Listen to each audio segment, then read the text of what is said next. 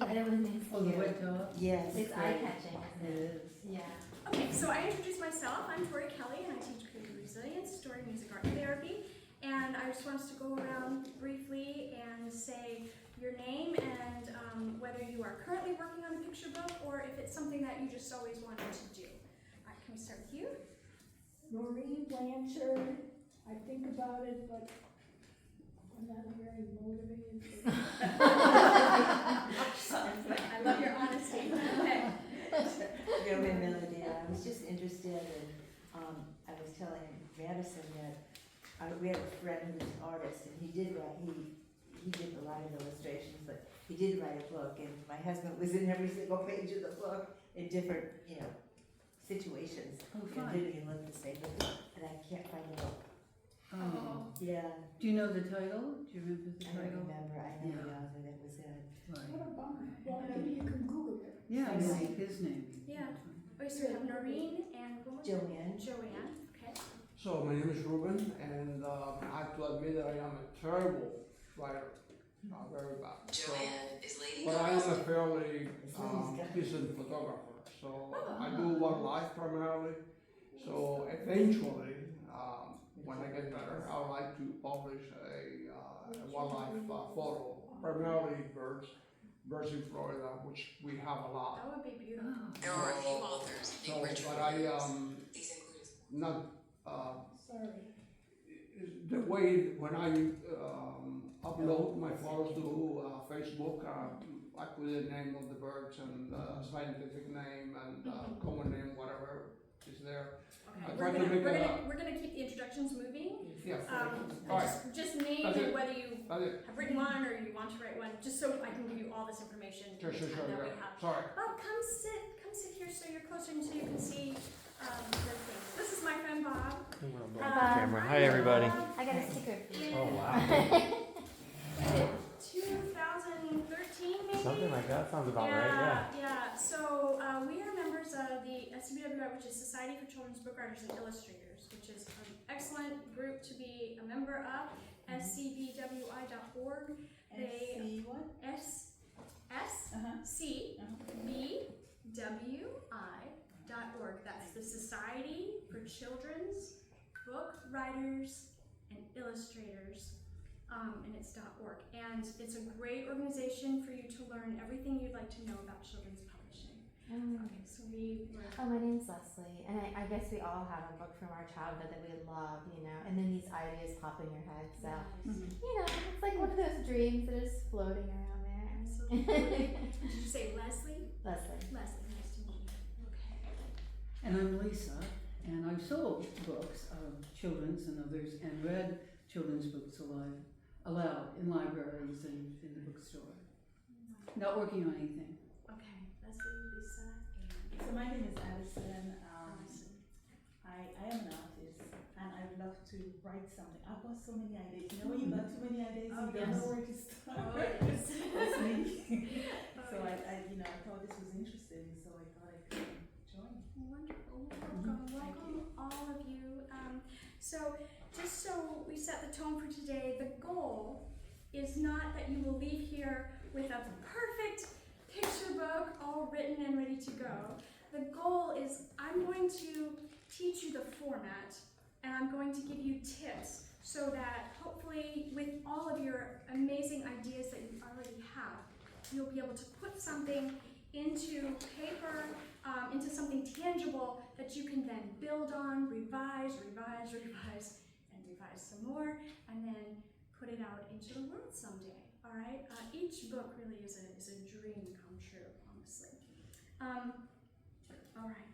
So, tip number 1: does everybody have the handout in front of you so that you don't have to write furiously? Because I have this all organized for you already. Okay. And if you have questions, I do welcome questions along the way. And I am also going to be mindful of the time and we'll keep us moving. So we'll kind of do a balance of both. All right. So first of all, picture books should be short and written with a childlike voice and wonder. Picture books are written for ages 3 to 10. A younger protagonist will read about older children, but an older child will not read about a younger younger child, younger character in a book. So just kind of keep that in mind. The length of a story is about 500 words is what's being published now. You'll see maybe 500 to 1,000, but really in today's fast-paced, short attention span TikTok world, publishers are looking for something under 500 words. Okay. So the parents can go to sleep. So the parents can go to sleep. Yes. Tip number 2 is that the protagonist needs to have agency. So I'm going to explain that with this. So this is Simon's new bed, and we're going to get to this in a little bit. But basically, the story goes like this. Simon, this dog, gets a brand new bed. And look at that. And all he wants to do is take a nap in it. But he can't, because the problem is someone else is sleeping in it. Okay? So keep in mind, I'm reading this now for you to start thinking about structure, right? So something happens, he gets a new bed, right? And then there's a problem. He can't sleep in it, right? So he gets a new bed, he has something he wants to take a nap in his new bed. The problem is there's a cat in it, and then the protagonist, Simon, has to figure out what to do to get what he wants, which is to sleep in this bed. So he tries different things. He yells, "Get off!" Move, move, move, move, move, move, move, right?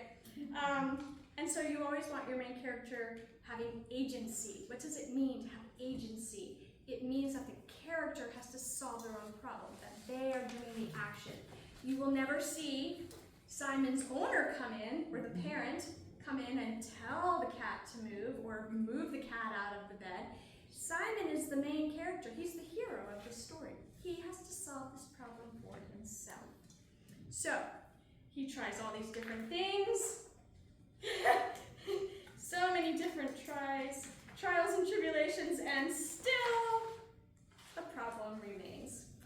The format goes, usually the main character should try 3 different things and fail.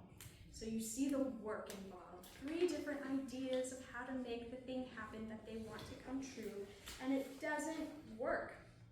And then finally, he even begs, "Please get out of my bed." But Miss Adorabelle didn't move an inch.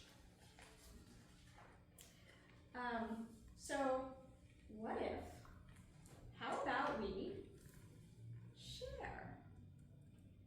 And so this is his final attempt, and it works. Okay. That's so cute, and I And think that that's so the child would really love that book. Wouldn't they? And so, is there a lesson in this story? Yes. Yes. Yes. But with traditional publishing, here's what I see a big difference between independent publishing versus traditional publishing. Independent publishing, a lot of times it's an author going, "I want these children to learn X lesson," right? To learn to share. Mhm. So they'll have a big thing about you should share and here's why, okay? But with traditional publishing, it's more about the entertainment. This was fun. This is a fun, cute story. And there's still a theme in it, and the theme is sharing, but it happens organically, it's not forced, and it happens where Simon, the main character, learns that lesson himself. So no one is telling him or teaching him. He learns it himself through his own life experiences. And so that is the end of Simon's New Bed. Is that your book? No, and let me just preface, none of these are my books. A lot of these are my friends' books. So I know Sherry Dusty Brinker, she's a hoot. This is Rob Sanders, he wrote Outer Space Bedtime Race, and Fred Kaler. These are 2 good friends from the Society of Children's Books, Society of Children's Book Writers and Illustrators. And I also know Charlene Costanza. We're going to talk about this book in a minute too. So the protagonist must have agency. So I'm just going to actually put that right there. So it's the same as your professional clients too. Yeah, so when I was a therapist, I couldn't just say like, you need to do X, Y, Z and your life will be amazing. You've got to help them learn it for themselves. It's really, you're right, Bob. It's like kind of just flows into the same thing. Where is Wet Dog from? Wet Dog. This This book is by Elise Broach and it's illustrated by David Cottrell, who's one of my favorite illustrators. Yeah, that one We caught love our the eye. dog. The Oh, yeah, illustration aren't caught these- our eye. These Yeah. illustrations are incredible. And we'll be opening all of these books as we go through the lessons. Okay. So, that was tip number 2 about the character having to have agency. They have to solve their own problem. Tip number 3 is read a lot. It sounds very simple, but it's really important. You want to read as many picture books in as many different structures and formats as possible. When I was in my 40s, I went back to college. I went to Vermont College of Fine Arts and I got my Master's of Fine Arts. And my specialty was writing for children and young adults. And in that time, we had to keep a log of all the books that we had written. And I read over 300 and something books, because the more you read, the more you see the format and how it works, and you will learn simply by osmosis.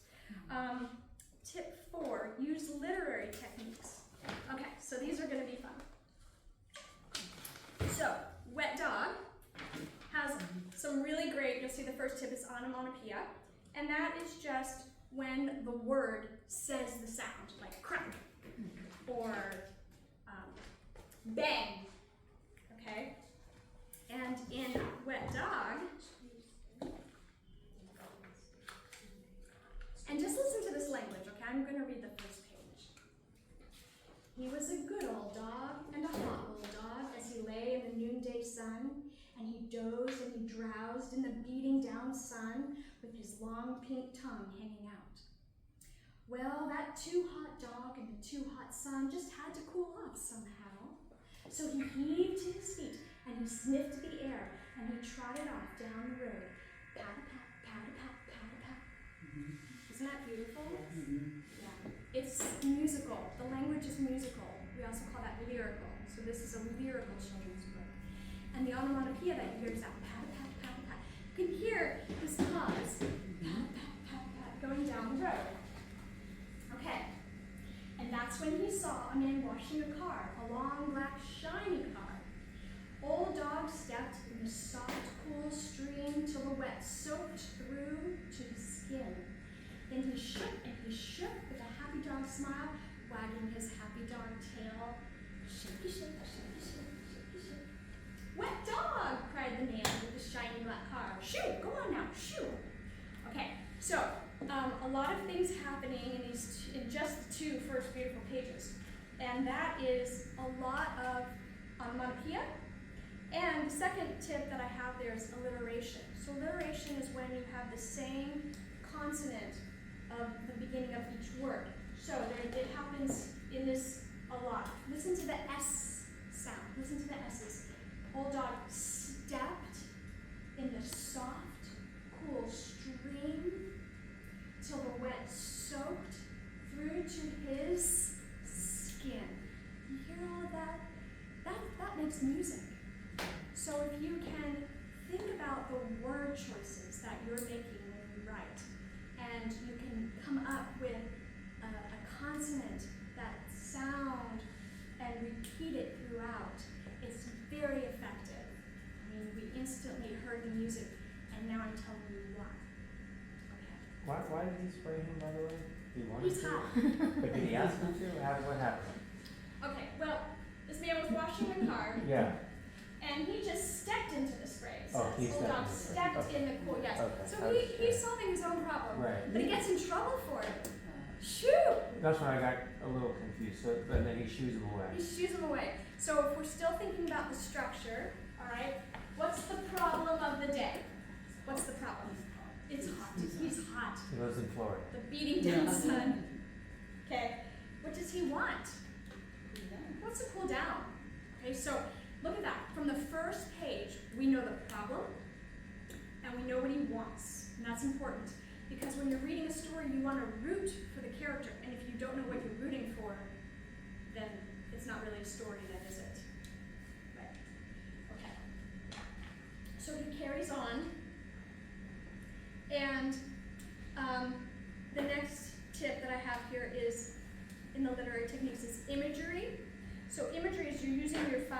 senses.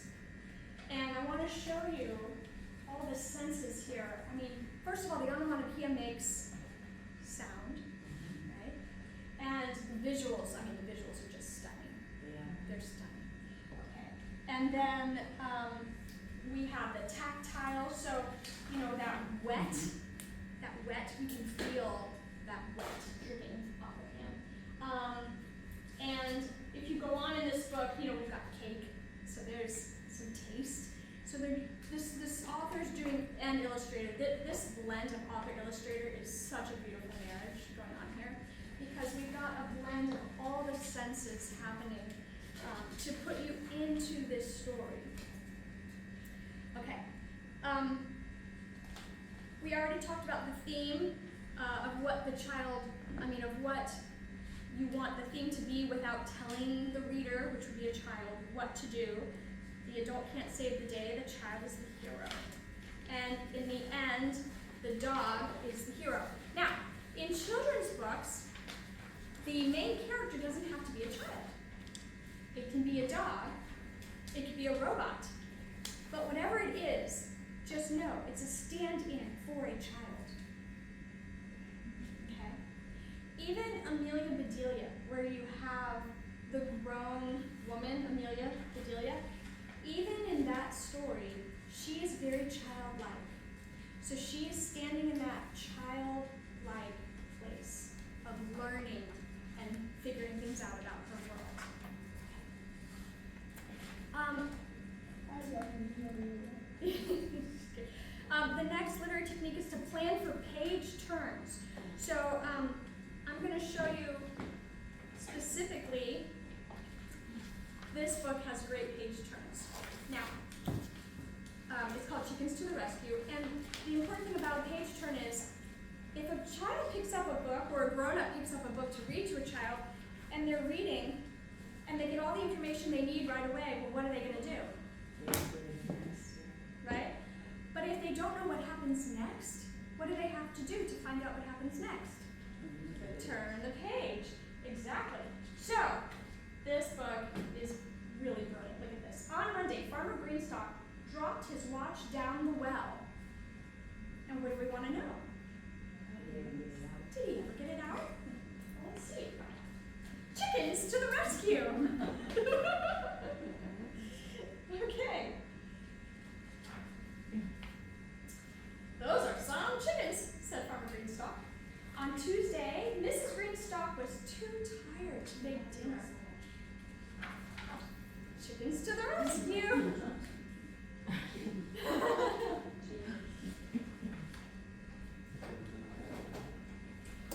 What dear chickens you are, said Mrs. Greenstock. On Wednesday, the dog ate Jeffrey Greenstock's book report that was due the next morning. Chickens to the rescue! Do you see how you already knew what was going to happen next? So, that is another literary technique. It's that repetition. So, I actually have that. It's called, tip number 8, just jumping ahead since we're right here. Tip number 8, when you add a refrain, it lets the child reader know what's coming next.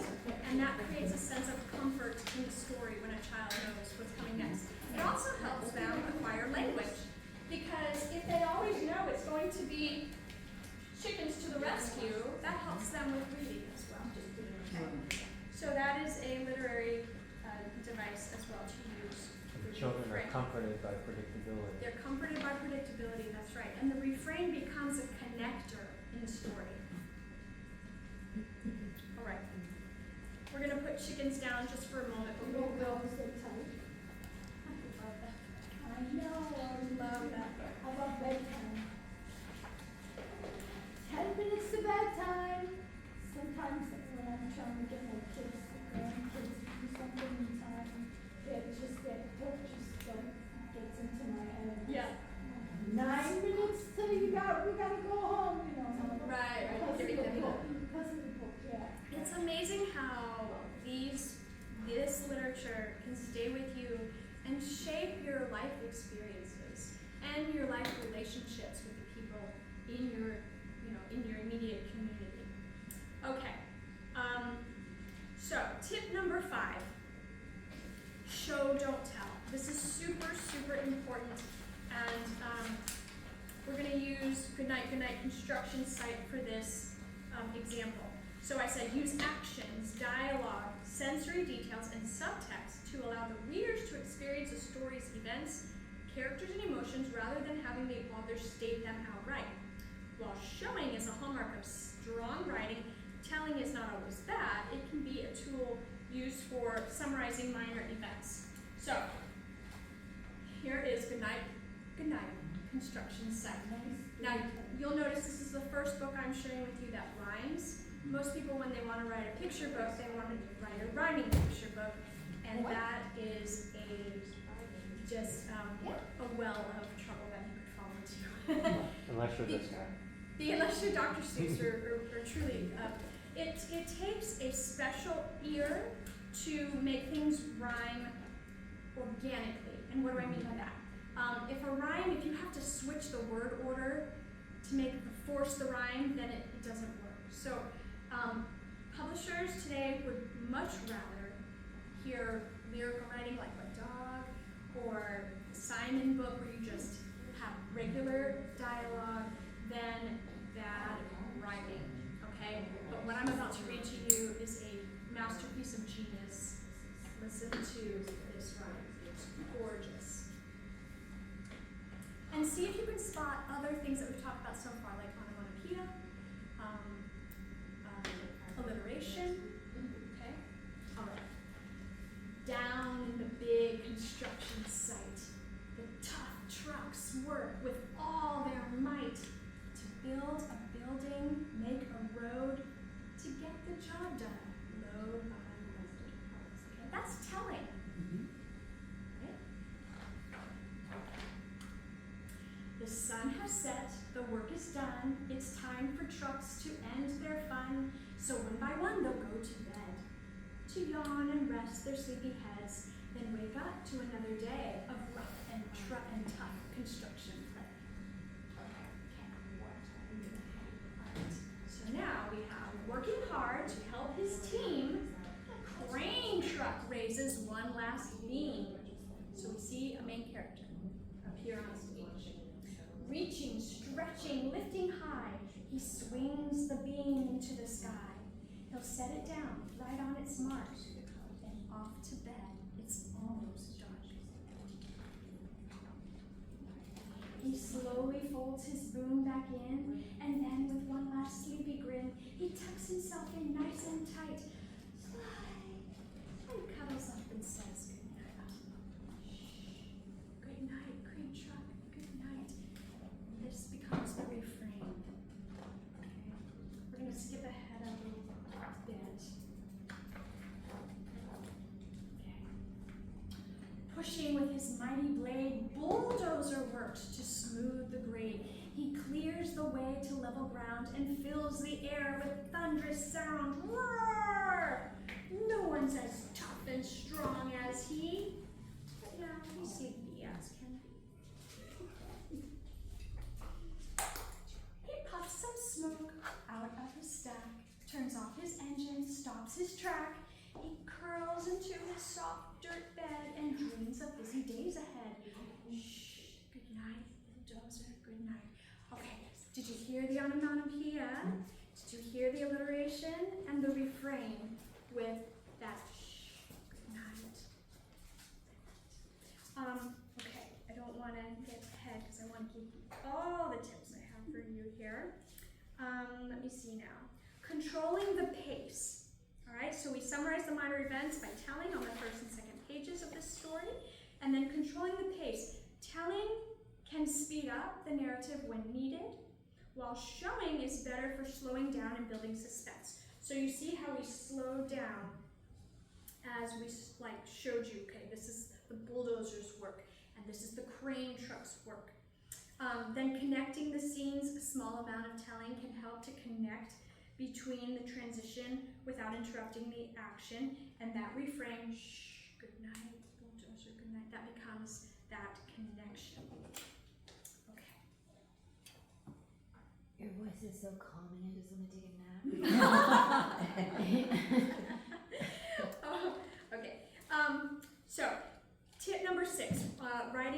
compelling characters. So you want to create characters that a reader can identify. It's just as important as your plot. If a reader doesn't connect with that main character, then they're not going to keep reading, you know? So there needs to be something about that character that makes them feel connected. And one thing that I loved about the bulldozer, I want to show you, is he starts out with this thunderous roar, right? I mean, this bulldozer is the biggest kid on the playground, right? But then, no one's as tough and strong as he, but now he's sleepy as can be. Like, we get to see his vulnerable side, and that just is endearing, right? So you want your characters to be endearing, vulnerable. They can be strong, but they need to have that balance of character, right? Okay. Does that book say anything about getting up at 5 o'clock in the morning and starting and waking everybody up? There you go. Write that one. You can write it. Okay. So, how do you write a compelling character? All right, so we're on the next page. Number 1, make them likable. If they're likable, then a reader will care what happens to them and will be rooting for them, and it'll make for a page turner. Now, just for argument's sake, can you write an unlikable character? Of course you can. There are ways to do everything, but we're just going to focus on, since we have a time limit here, on likable character. How do we make people likable? Well, first of all, you want to give them some flaws, because people have flaws in real life, and your characters should have flaws too. So a character shouldn't be too perfect. They should have their good qualities, and they should have the qualities that are, you know, maybe the things causing them their problems in the story, and maybe that's what they learn. Or maybe it's not. Maybe it's just what their downfall is, and it's endearing, and that's that. Okay? You want your character to be consistent. So these chickens were always helpful. There's never a time when these chickens started a brawl in a bar and were smashing glass everywhere and punching people. These chickens were consistently helpful. So that's important.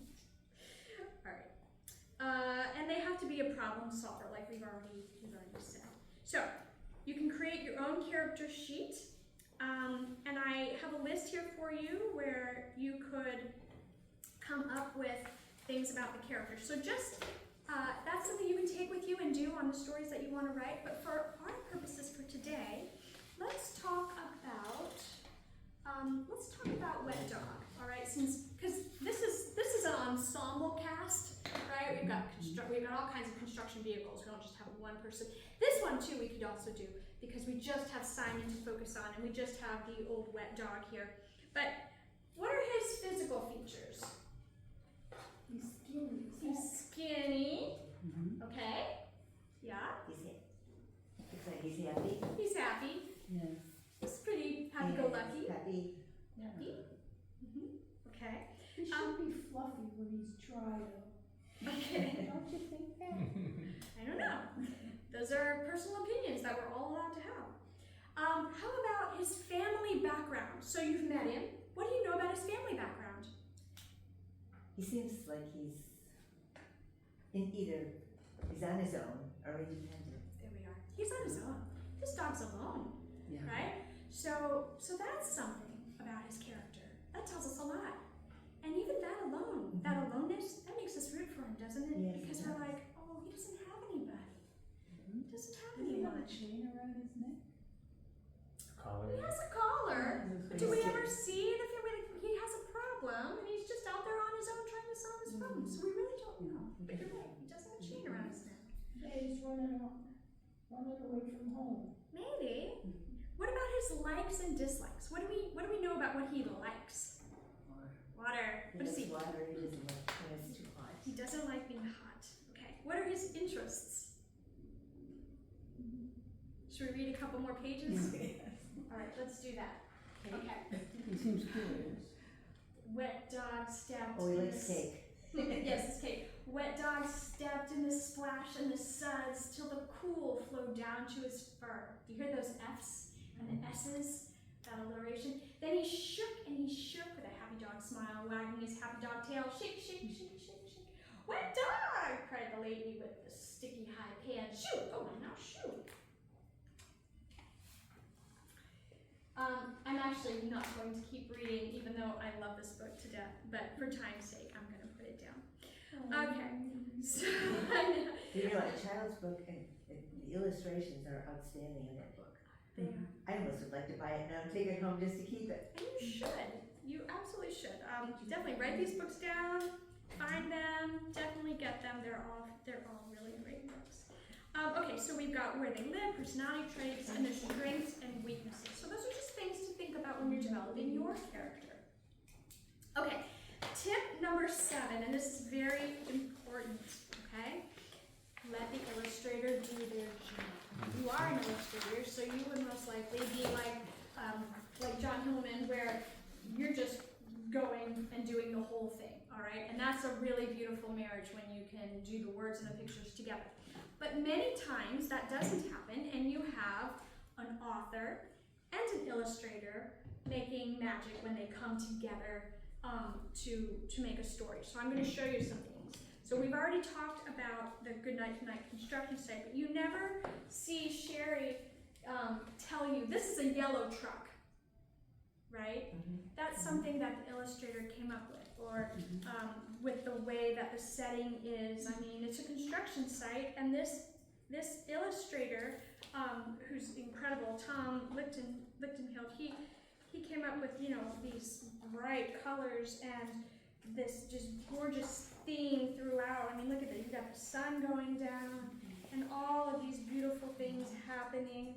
And you have to really trust that the illustrator is going to come up with something amazing without having to tell them what to do. So I'm going to show you. So this Outer Space Bedtime Race is by Rob Sanders and illustrated by Brian Wan. And listen to this. On Venus, time goes on and on. It seems like days and days till dawn. Kids shimmy into deep sleep suits and rubberized compression boots. They sip on warm galactic goop and slurp the slime chunks scoop by scoop. As satellites go whizzing by, loud snores from Venus fill the sky. What letters do you hear in the alliteration? Like, what letters were used for the word choices? What did you hear? S.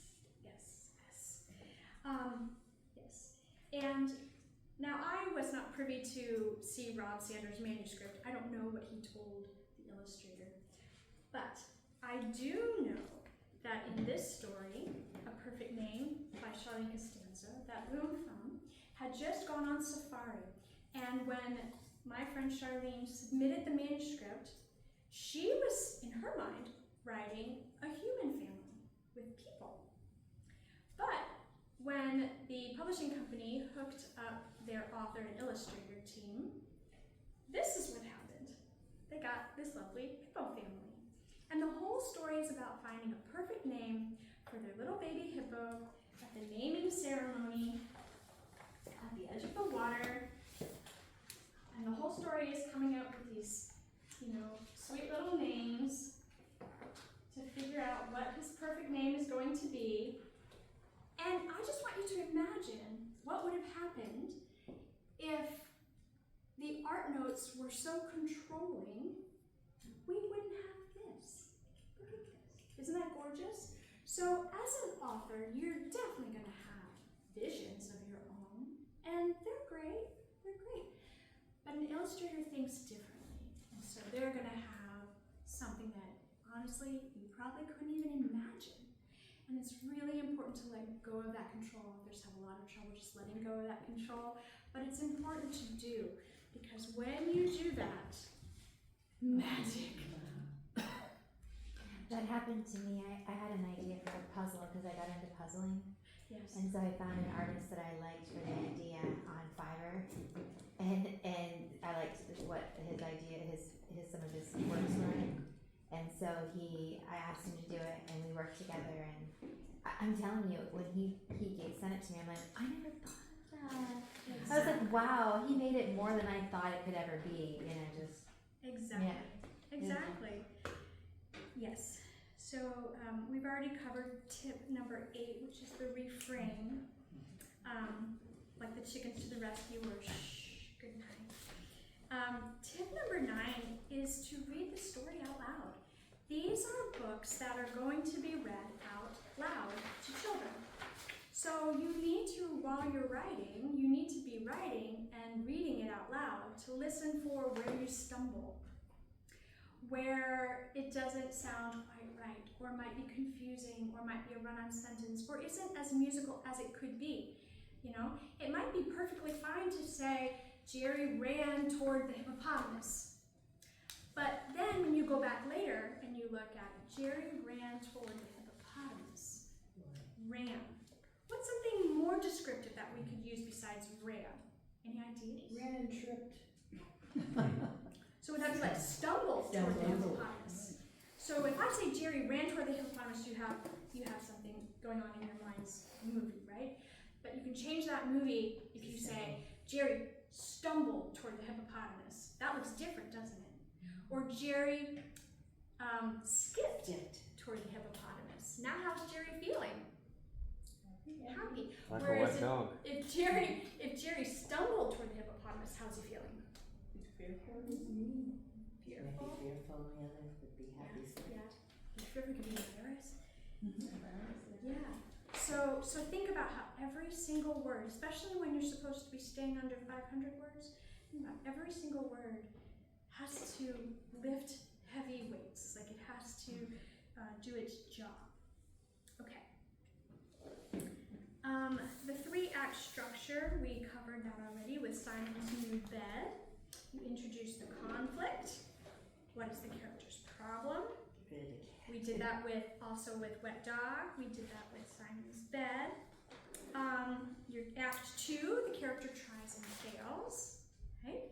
And then Act 3 is the resolution. The character solves the problem. So I want to show you something really cute with Chickens to the Rescue. So the main character in this story are, well, you could argue it's the chickens because they're always the ones solving all the problems. But let's see what happens, because it's always fun when a story has some surprise element at the end. So that's what I want you to see here. Okay. So we're going to go. And I did want to read this to you. Yeah, here we are. Okay, on Thursday, Ernie the duck drove off with the farmer's truck. Oh my God. Is there a kid in the world who's not going to want to know what this duck did with this truck? No. So you got your page turn right here, right? Okay. Chickens to the rescue. We can all read this book together. We can all say it together at this point. Okay. Quack, said Ernie. On Friday, a big wind blew Milky the cow into a tree. And everybody can read the story now, whether you know your ABCs or not. All together? Chickens to the rescue. Okay. Now, moo, said Milky. On Saturday, the sheep wandered off and got lost. Wait for it. And we all say? Chickens to the rescue. That's right. Okay, now. Bah, said the sheep. On Sunday, Emily Greenstock spilled her breakfast all over the floor. Okay. Chicken. Oh, but look. Big mess here if anyone's listening, she said. The Greenstocks went out to the chicken coop. The chickens were fast asleep. Sleep well, said Emily. You've earned it. And that's important, that the main character, in this case, a bunch of chickens, but that they earn what they get at the end. Okay, so they earned this sleep. They worked hard, right? They earned it. Okay, now here's the funny surprise. You ready? Okay, we've got a mess. Now what do we have? And he set himself up for his sequel. Like the cookie book, the mouse and a cookie. Exactly, exactly. Isn't that brilliant? Okay. So, and look, they're ready. They're coming. They're gonna eat. They're gonna take care of this problem. They're gonna eat up all this cereal that's spilled. Chickens aren't doing it. They've earned their rest. Now the pigs come in, and then super fun. Super fun next book. Okay. So, in the packet that you have in front of you, you have a template. This is the layout of what a standard picture book looks like with the pages available for you to tell your story. Okay? All right. So, on page 1, you'll see it's grayed out, and then it's the title page. And so that looks like this. Okay? So we've got the book paper and the title page, and that's page 1. Then, page 2, we have all of the copyright information and the dedication. So who determines the layout? Is it the publisher or the author? It's going to be a collaboration. Now, in general, this is the layout. Like, this is it. Because you have to have the title. So that's standard. This is standard, yes. So what I'm showing you is industry standard, right? Now, whether you have a standard 28 or 32 or 60 something page, that's going to be depending on the story that you're telling. And for example, the variation is usually in nonfiction books. So if you're writing something nonfiction about a specific topic, that could be longer. It usually is much longer. But when you are looking at fiction, picture books, you're going to have this 32-page standard layout. Like with your bird book, that could follow a very different layout because that is going to be a non-fiction format with photos, information about the birds. Okay, but right now we're going to focus on storytelling fiction, this 32-page layout. Okay, so we've got our title page. We have our dedication and our copyright.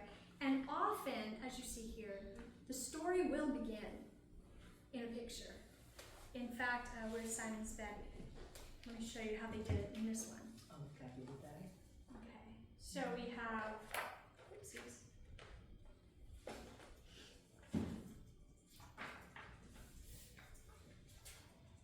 Okay.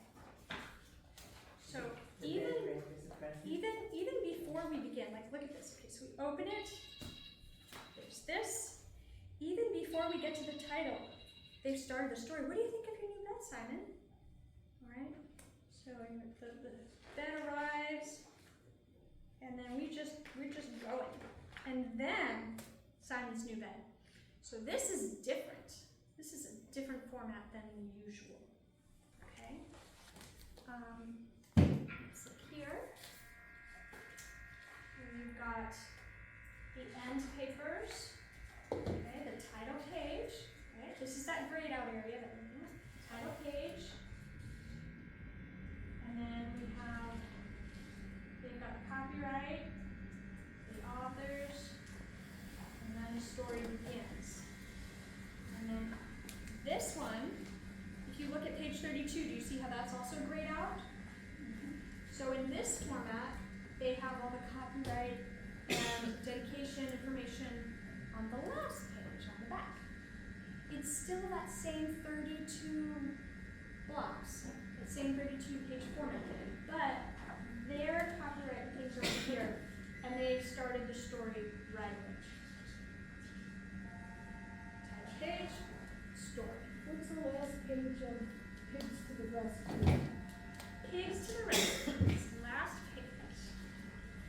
So is there Okay, so we have story Cows pages to and the- cows to the rescue? cows to the rescue. So we've got it set up for a third book. I think he ever wrote that one. Oh, the cows? I think the cows one is out. I don't know, I have these two and I adore these books. They're just so fun. But you'll see that this is when you open,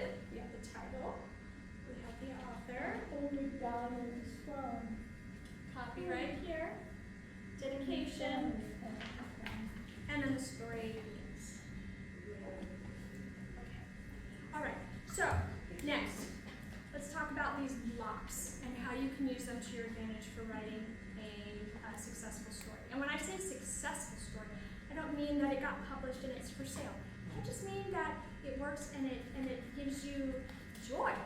And that when I say it works, it has to follow a certain flow, okay? And we're talking very basic writing here as far as there's a first act where there's a problem, there's a second act where they do things that try to solve the problem, and then the third act where it actually solves the problem and we have a resolution. Okay, so that's what we're going to focus on. So right in these first couple pages is where you want to have the main character and the problem and what they want identified. Like, bam, right away. You don't want to waste any time. It needs to, pull in the reader immediately, let them know who we're looking at and what they want and where we are in space and time. Okay. Then after that goes all the solutions, the trying and the failing, the trying and the failing, the trying and the failing. And half of 32 is 16. So right in the center of the book, and this works with novels too, right in the middle of the book is the worst that things can possibly get. It's the low point where you start to wonder if this is ever going to be resolved. It's like middle school. The low point. Or the climax, right? No. That's the very end. Climax is the end. But the low point is right in the middle. If you open a book, we didn't talk about Fred's book, How to Cheer Up Dad. All right, let's use Fred's book for this example, because this is just, I love this book to death. All right, so Fred Kaler is an author illustrator here in Florida. This is How to Cheer Up Dad.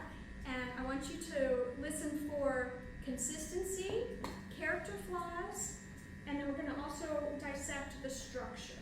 So, Little Jumbo's dad was having a bad day. Who's the main character?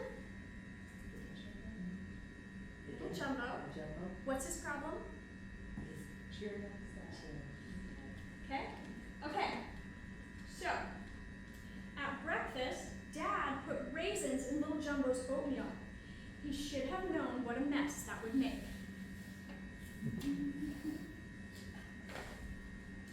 Then his dad wanted Little Jumbo to get cleaned up.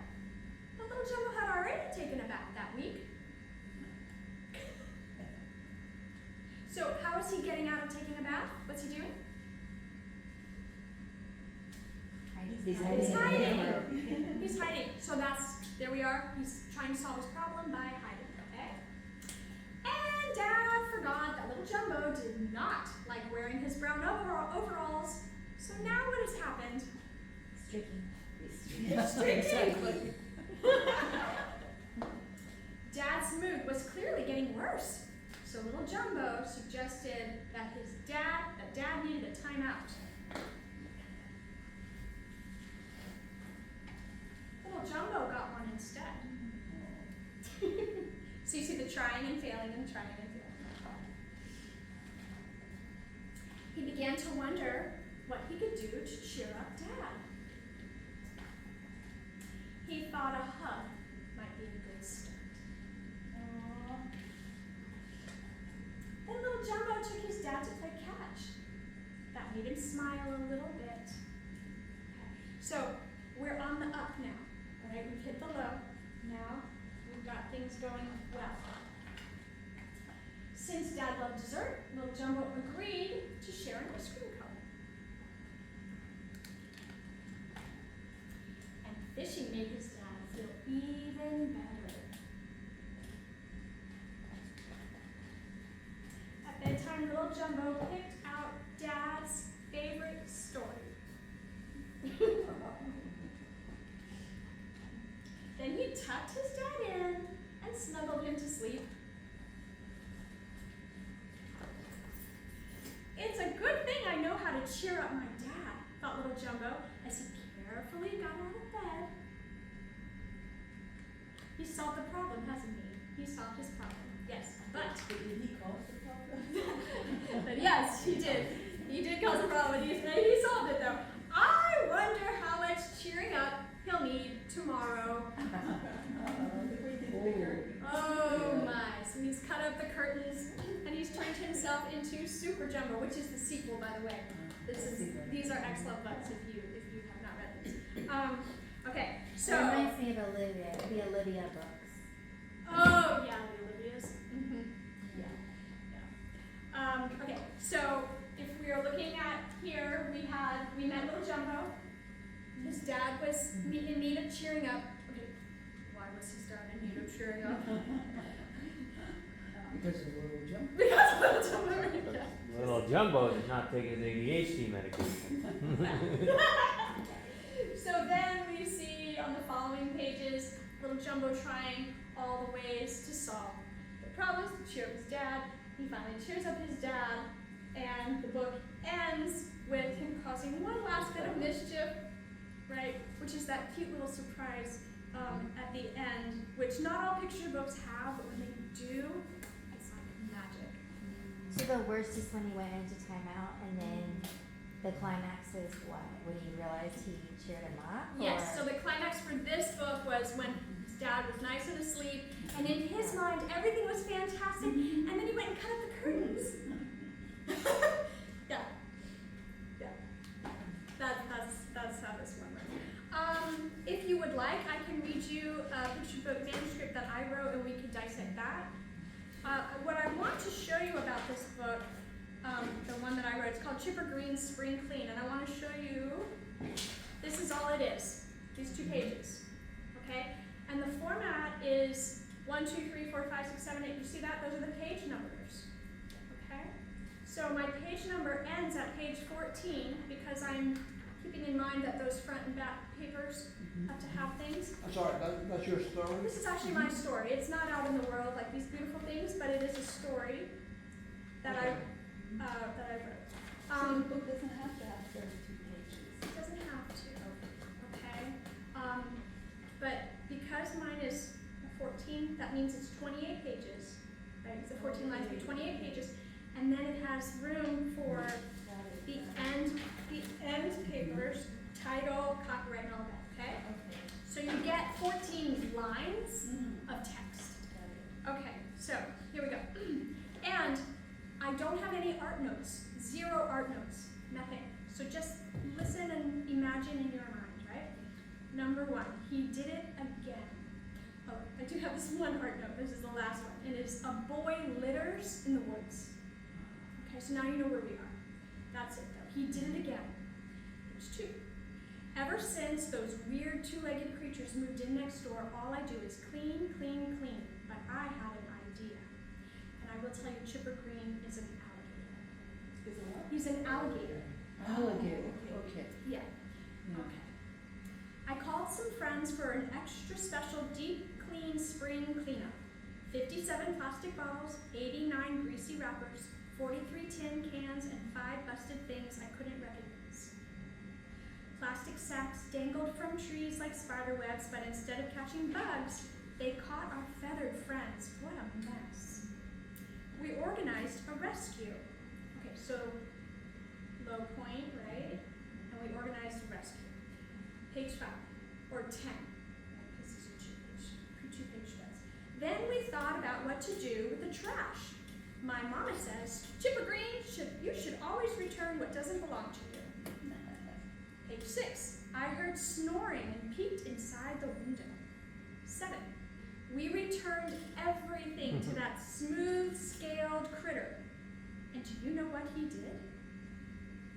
So 8 is the boy, so they shoved all the trash inside the boy's room.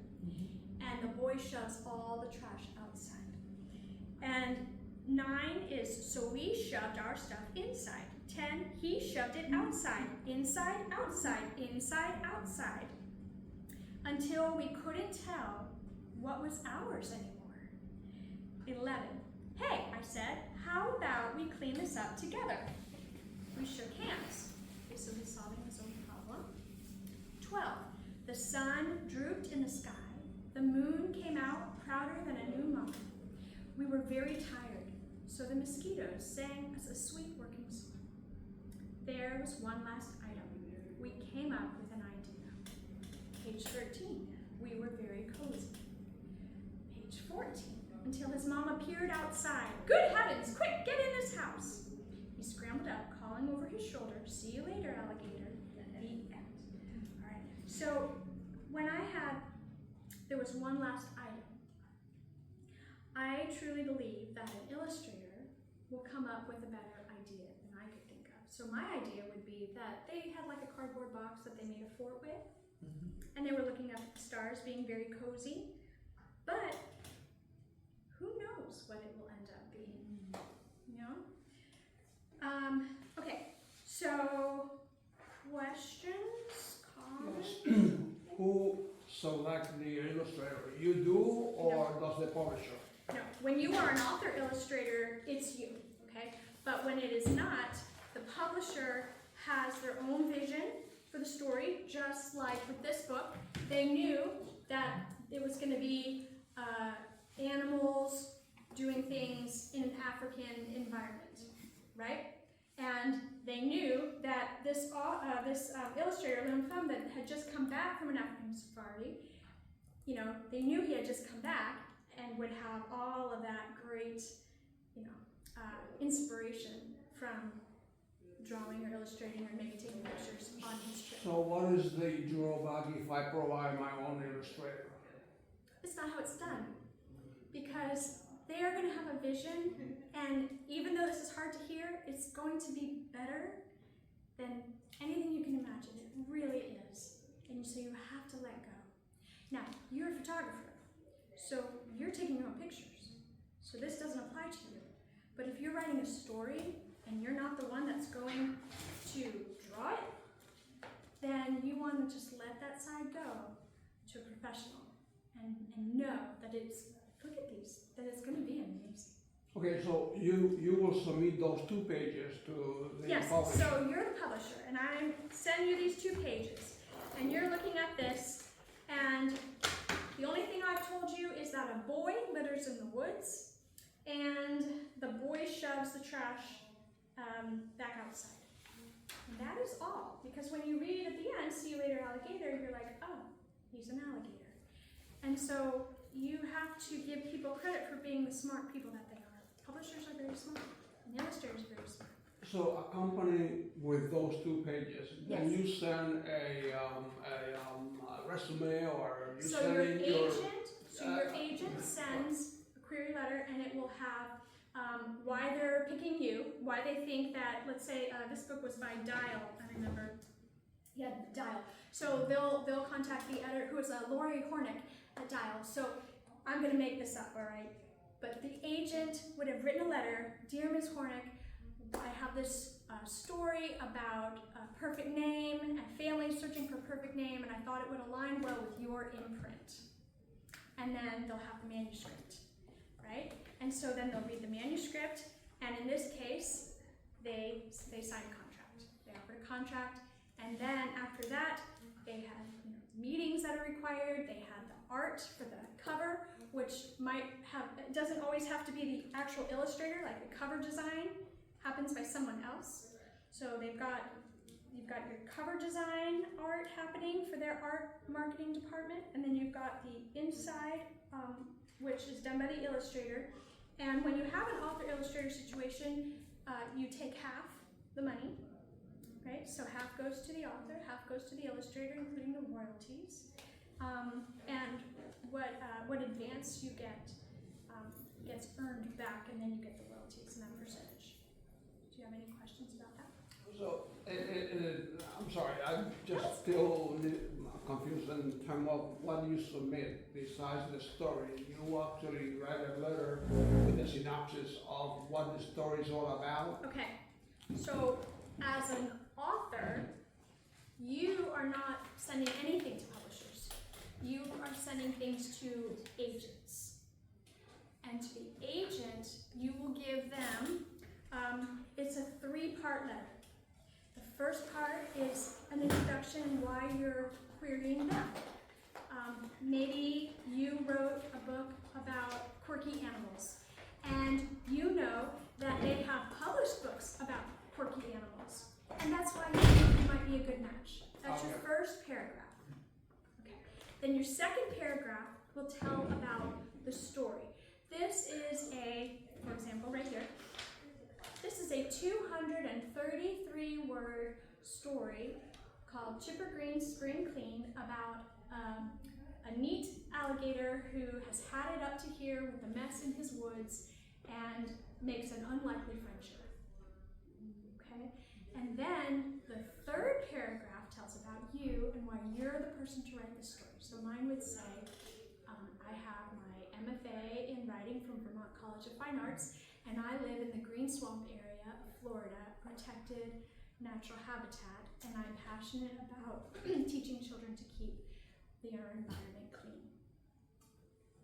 The publisher must have really a keen insight into the illustrator, because the illustrator is extremely important too. I mean, you look at the cover of the book, and you know, if you're buying a book for a child, Yes. and I ever buy that book, by the way, Yes. you know, it's just Yes. something about it, you know, so.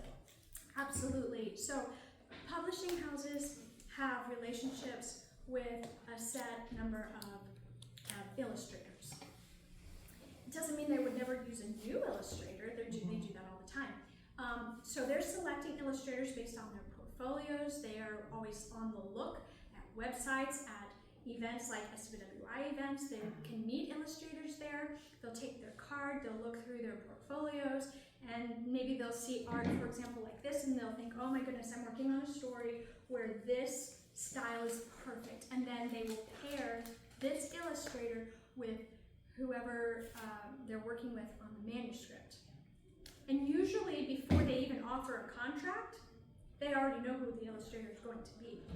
So, in fact, that is the case, because when the announcement comes out that Lori Hornick from Dial Young Readers has acquired Charlene Costanza's manuscript, A Perfect Name, and will be illustrated by Luann Pham, then the story is set to be published in 2027. You know, so it'll have all that information. I suppose all of these books sold very well. That's why you're bringing them in. Honestly, I don't know what their sales records are of any of these books. I just know that I love these books. Okay. That's a good I reason. love these books, and I knew that these books in particular would help illustrate all the writing tips that I wanted to share with you. Right. Yeah, a good friend of mine, when I lived in New York, he's a professional illustrator, but what he did a lot of things, but he did Mad Magazine. Oh, wow. And he, I wish I had the one at home. Some of his illustrations, it was something to do with the parking lot. So he used myself, my husband, and my neighbors, and we were in the back cover of Mad Magazine. It was, That's cool. yeah, That's awesome. but some of the stuff he would come up with, I mean, his work was, you know, just phenomenal. And he did a lot of illustrations for Newsweek or whatever. But Mad was his favorite. So I've got a question. So if you want to write a children's book, do you have to put up a lot of money up front? I mean, do you have to pay for the agents? Thank you. That's a very good question. No, you should never pay a dime. If anybody asks you to pay them a reading fee, that is no. Run. Yes, run. So here's what happens. You send your query out, and you might want to write this down if you want to get an agent. You can use this great website. It's called Query Tracker. Query Tracker, TRACKER.com. Query Tracker is a free website. They do have a paid version, but you can do everything that you need to do without having to pay, honestly. Okay? It's a free website, and you can put in that you want to find agents who represent picture books, and then it will give you a huge list, and it will keep track for you who you've sent, who's asked for requests and who's rejected, who's accepted, okay? And I want to leave you with this because I am wearing my rejections on my chest as a badge of pride, because getting rejections as an author is proof of effort. It means you're working. It means you're trying and you're putting yourself out there, and that takes courage, and it takes tenacity and patience and drive and hard work.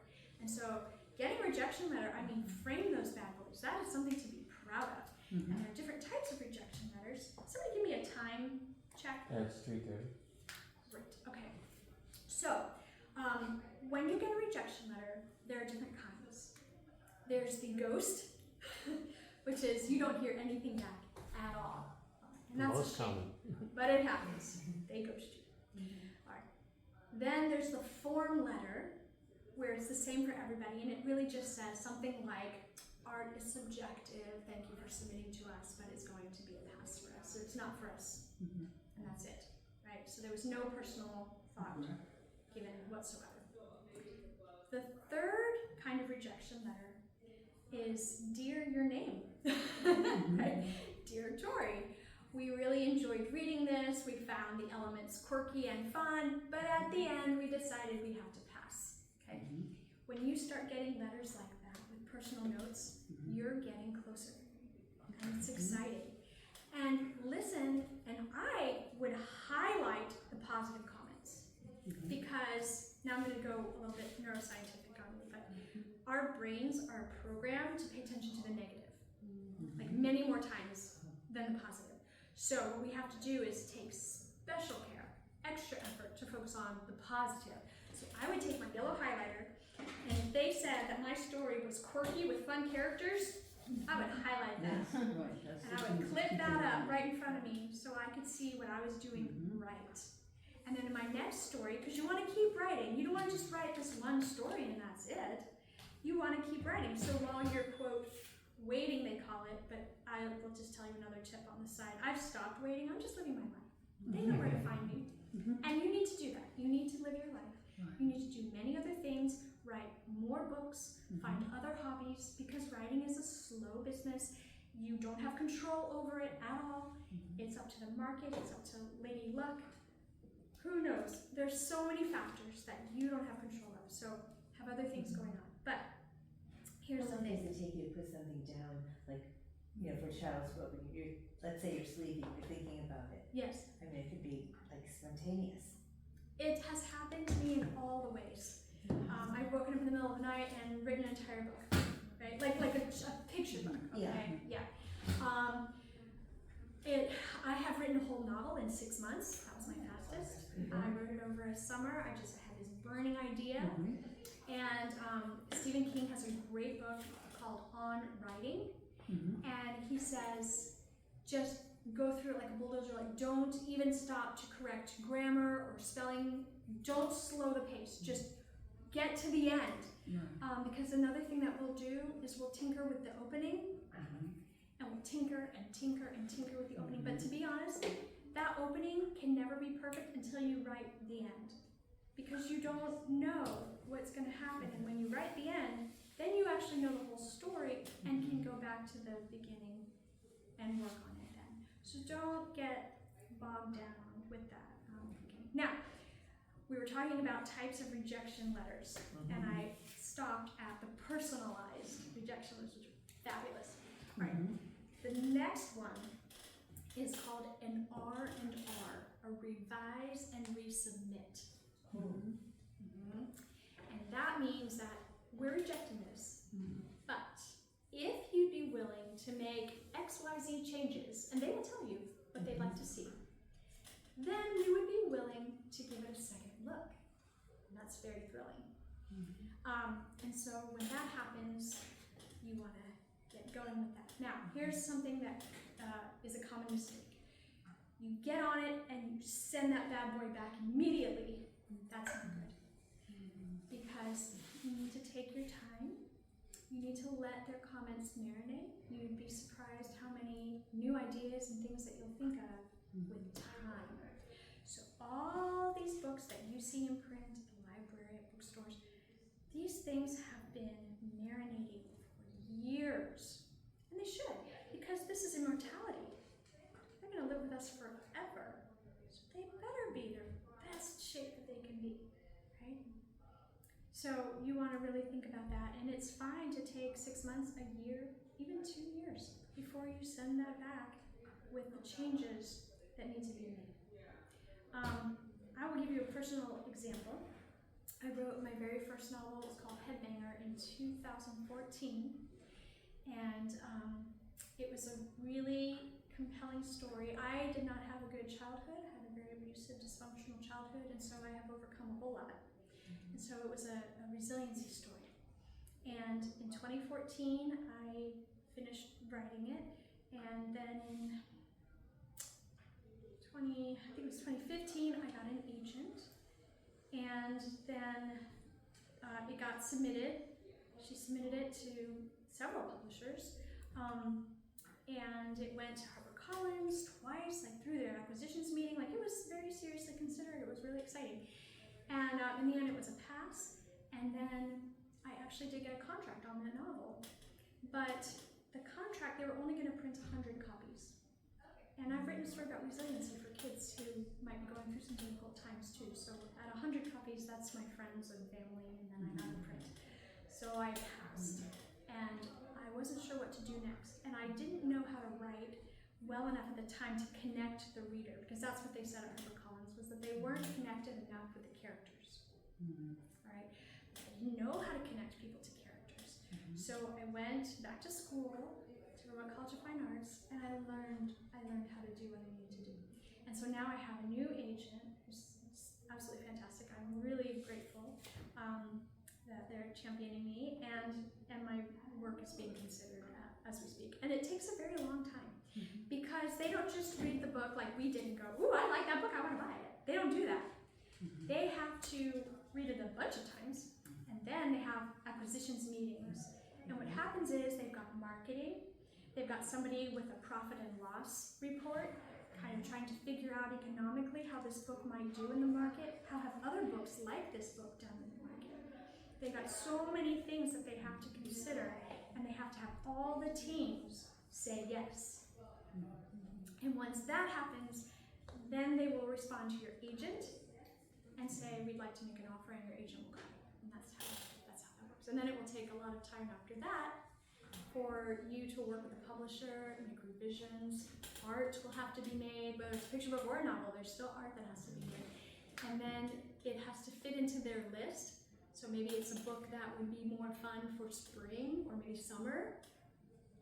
And then they have to figure out what year it goes into. And if they have, maybe in 2027, they have 5 romance novels, and you've written a romance novel, and they don't want to add another one in 2027, so maybe now you're waiting until 28. So it's so many factors that go into it. How do you find the agent? Lots of ways. Query Tracker is one. And when you are on Query Tracker, that's all right. Once you find an agent that represents what you write, then you want to sort of internet stalk them. What I mean is, look on their Instagram page, look on their website, see what they're interested in, and see if that seems like a good partnership for you. If you're into science and they're all about Greek mythology, it's probably not going to be a good fit, right? But if you're into science and they're into science and you could geek out together, query them, right? The other way you meet agents is you go to writers' things. So Society of Children's Book Writers, SVWI has things. The American Association of Writers and Writer Programs, AWP. There's Orlando has a big book thing. Go to book events. Go to NCTE, the National Council of Teachers of English.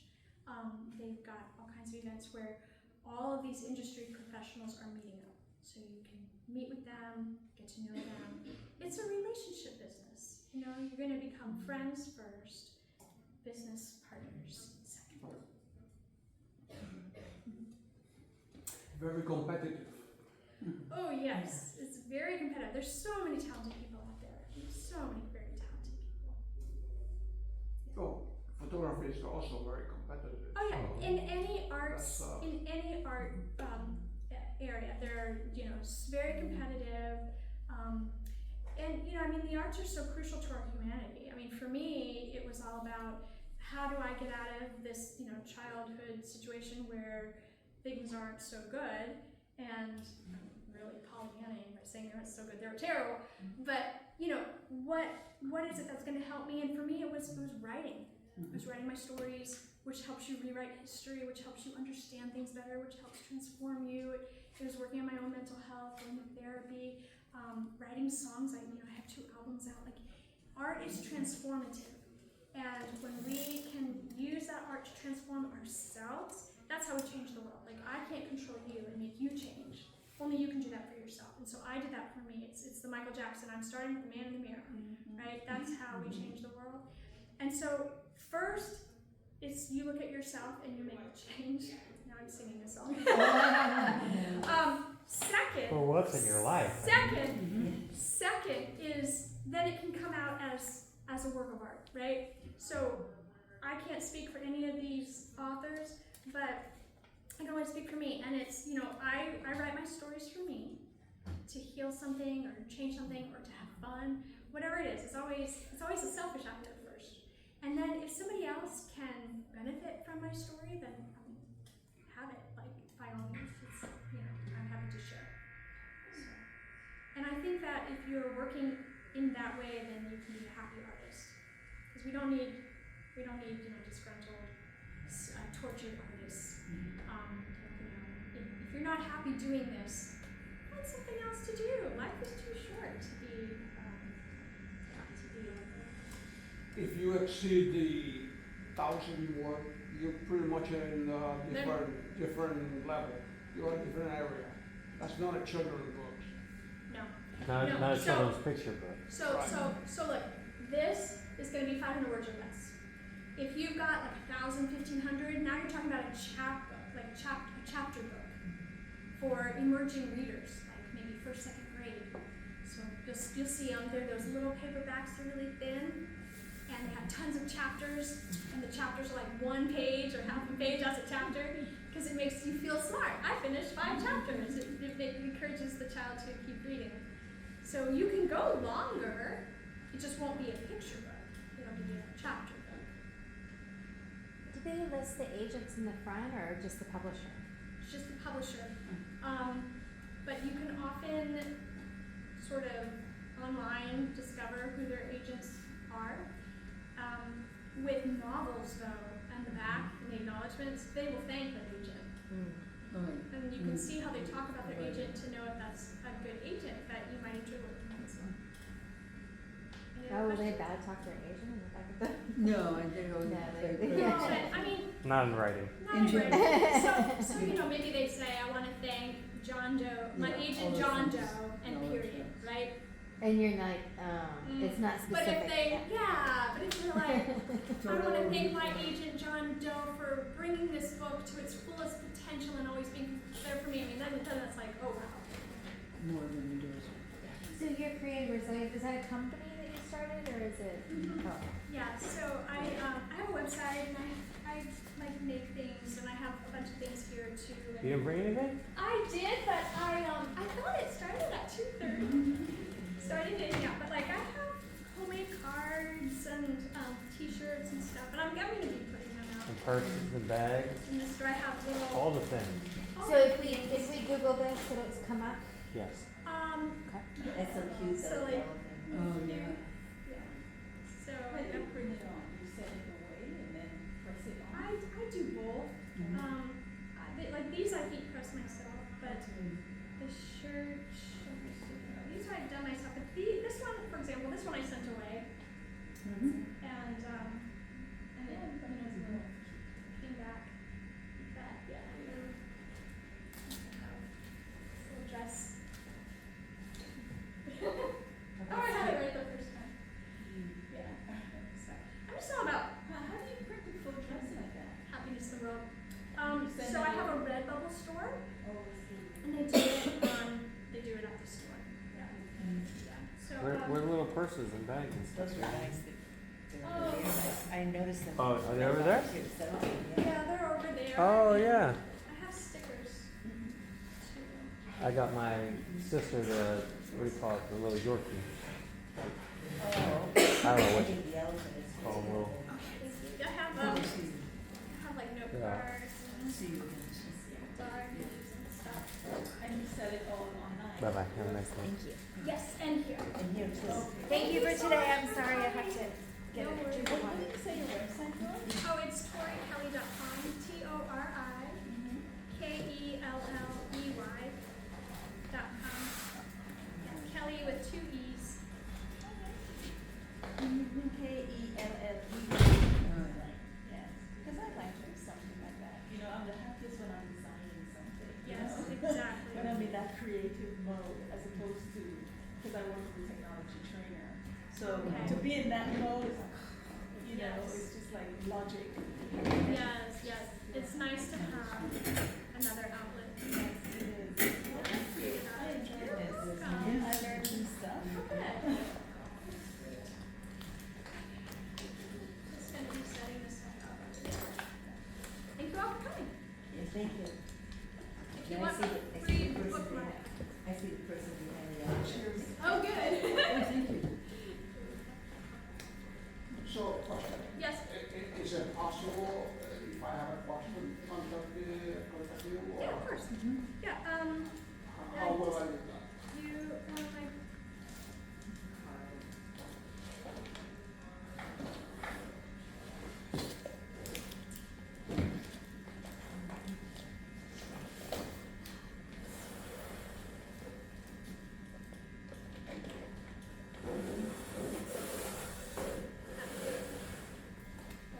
Maybe You're just, welcome.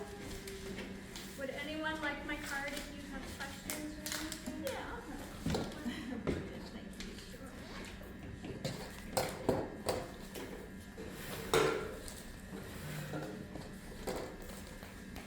Yes, okay. Thank you.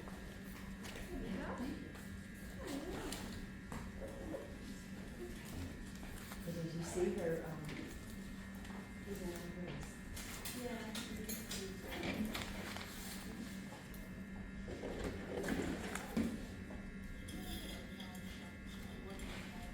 You do it? No, I don't work with Oh, that. that's what we could see. Oh, I do my own thing. I'm going into my background's finance, so I'm used to numbers. Oh, you're good with numbers, huh? Yes. But trying to do something else.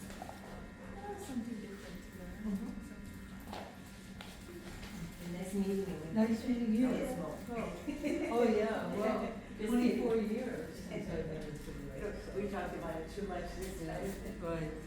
Yeah. And I wasn't very much.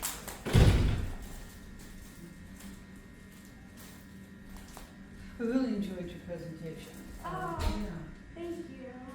My daughter had, it's been a while, because, well, she was so busy. The girl was constantly on the go, and she's a music teacher, and she did all for the whole county. She lives, just north of Cincinnati, and so she had, and she taught at a school in Cincinnati, and now she's at a different school, because she'd been there for years, and she was just, and it was such a long commute. And children, and her youngest is going to college this fall. So she was saying to me on the phone the other day that she's gonna get back into it. And, she has kept up, she does fight, some, but she hasn't really submitted anything. Right. You know, But- it doesn't go anywhere, you know what I No. mean? Like, you can pick it up at any time. When she did, she got that feedback. I mean, she got the personalized feedback. But, yeah, and I'm gonna mention that to her, but one thing they said to her, she grew up with brothers and is an middle child, and she had boys, and her protagonist for the first young adult novel she wrote was a boy, and that was a criticism. No, you should not be, So you there's should not a have a big- male protagonist. This was during a really big era of, cultural appropriation and all of that. Exactly, and, yeah, so, and I read the manuscript. It gets so. very frustrating Yeah. because at what point can an author use their imagination? You know? And Right. then there's the question of, are you the best person to tell that story? Is that your story to tell?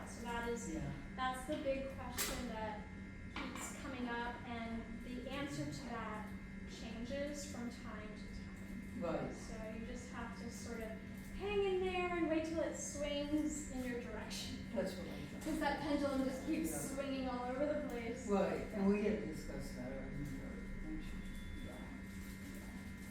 thank you. Just want to show you a few on the photo. I'm not going to bore you.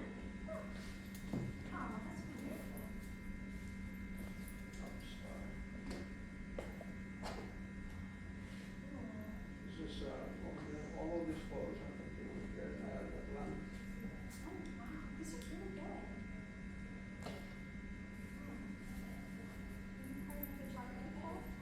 Yes, Orlando Camera Club. Oh, perfect, yeah.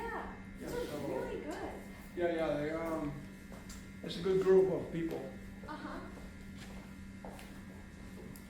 Anyway, thank you so much for your time. Oh, you're welcome. It's been very educational for me always. Yeah, oh, and your name is Sean? Ruben. Ruben. Ross. 85, you can find me in Facebook. Ruben Ross? Ruben, R-O-D-Z. R-O-D-Z. Okay. Yeah. All right, great. Well, it's really nice to It's meet my you. pleasure. Thank you so Good, much. good Have a luck. good day.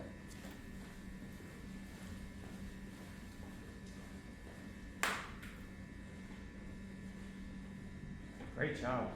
Thank you. Oh, I don't want my phone is still going.